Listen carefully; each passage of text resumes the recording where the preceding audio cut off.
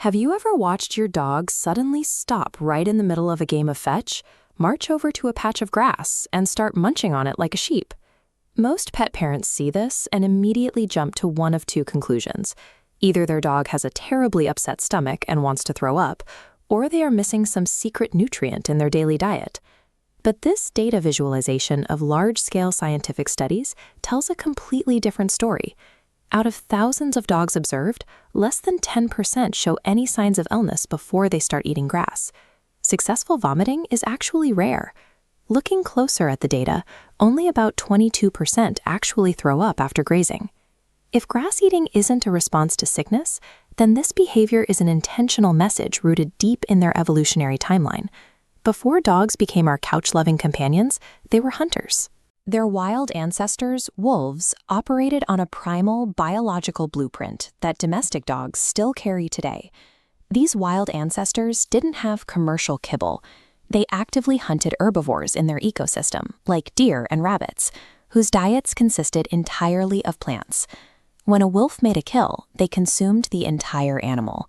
That included the stomach and its contents, which were naturally packed with the grass and plant matter the prey had recently eaten. Eating grass is an ancient dietary blueprint, hardwired into their DNA over thousands of years. While that wild instinct remains, the modern environment presents a new trigger for this behavior, a dietary void called the fiber gap. This vintage photo captures the transition to mass-produced canned meals.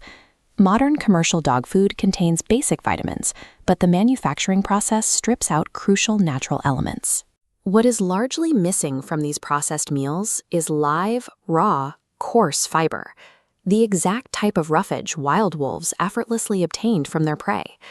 This animated diagram of an intestinal tract shows why that fiber is so necessary. When a dog's digestive system feels sluggish, their brain craves coarse material that acts like a mechanical brush, sweeping the intestinal walls and clearing out internal debris. Lacking a wild diet, the typical domestic dog turns to the closest available substitute. Blades of grass step in to perform that exact same mechanical clearing function. Constant grazing is a signal that the dog's body requires the basic digestive support modern food fails to provide.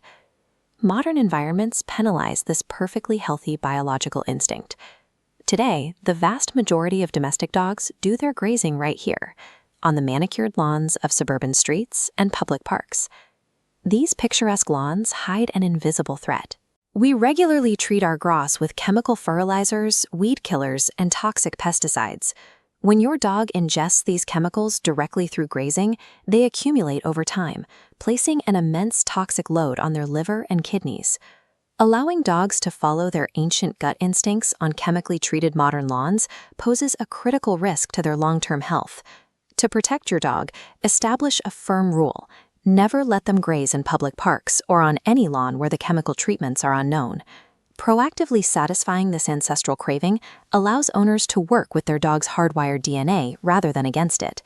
You can close the fiber gap by adding safe, fresh greens to their daily meals.